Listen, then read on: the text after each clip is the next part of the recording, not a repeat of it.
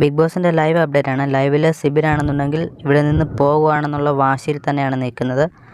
Big ബോസിനോട് വീണ്ടും വീണ്ടും പറയുകയാണ്.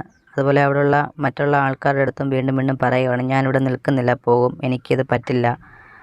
അവിടെയുള്ള കണ്ടസ്റ്റൻസിൻ്റെ ഒരു ഇത് കാരണമൊന്നും അല്ല എന്നൊക്കെ സിബിനും പറയുന്നുണ്ട്.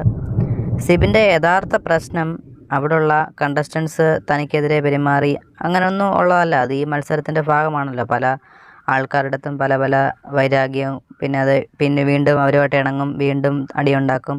അതാണല്ലോ ബിഗ് ബോസ്. പക്ഷേ ശരിക്കും പറഞ്ഞാൽ ഈ കഴിഞ്ഞ 2 വീക്കെൻഡ് എപ്പിസോഡിൽ ലാലേട്ടനെ സിബിനെ ഇതാക്കിയത്, പൊരിച്ചത്, അതുപോലെ തന്നെയല്ല 2 പ്രശ്നങ്ങളുണ്ടായി. അപ്പോൾ അതൊന്നും അല്ല സിബിൻ്റെ ഇവിടുത്തെ പ്രശ്നം. ഈ ഒരു പ്രശ്നങ്ങൾ ഉണ്ടായപ്പോഴും ലാലേട്ടൻ വന്നപ്പോഴായാലും ബിഗ് ബോസ് ആയാലും സിബിനെതിരെ ആണ് സംസാരിക്കുന്നത്.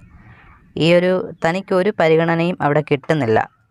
എല്ലാം മറ്റുള്ള ആൾക്കാരെ പരിഗണിക്കുന്നു. അതായത് ബിഗ് ബോസ് ശരിക്കുമുള്ള നിയമം അല്ലെങ്കിൽ കാര്യം നോക്കാതെയാണ് മറ്റുള്ള ആൾക്കാരെ കൂടുതൽ പൊക്കി പറയുക. സിബിനെ പവർ ടീമിൽ നിന്ന് ഒഴിവാക്കുന്നു, ഡയറക്റ്റ് നോമിനേഷനിലിടുന്നു.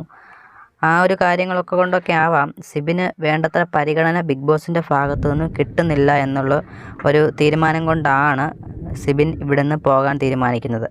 അപ്പോൾ സിബിന് ആ ഒരു പരിഗണന കിട്ടുന്നില്ല എന്ന് മനസ്സിലാക്കുമ്പോൾ തന്നെ നമുക്കറിയാമല്ലോ ആർക്കാണ് ബിഗ് ബോസ് പരിഗണന കൊടുക്കുന്നത്. ബിഗ് ബോസ് പരിഗണന കൊടുക്കുന്നത് ജാസ്മിനും ഗബ്രിക്കും തന്നെയാണ്. അതെന്താണെന്നറിയില്ല. കണ്ടൻറ്റ് കൊടുക്കുന്നത് കൊണ്ടാണോ, Jasmin Gabri combo Bigg Boss ഇഷ്ടപ്പെടുന്നത് കൊണ്ടാണോ എന്താണെന്നറിയില്ല. എനിക്ക് അങ്ങനെയാണ് പേഴ്സണലായിട്ട് തോന്നുന്നത്. നിങ്ങളുടെ അഭിപ്രായം എന്തായാലും കമൻറ്റായി രേഖപ്പെടുത്തുക. കൂടുതൽ ബിഗ് ബോസ് വാർത്തകൾക്കായി ചാനൽ സബ്സ്ക്രൈബ് ചെയ്യാതെ ആരെങ്കിലും കാണുന്നവരുണ്ടെങ്കിൽ സബ്സ്ക്രൈബ് ചെയ്തിട്ട് കാണൂ. നമുക്ക് ഉടൻ അടുത്ത അപ്ഡേറ്റുമായിട്ട് കാണാം. ബൈ.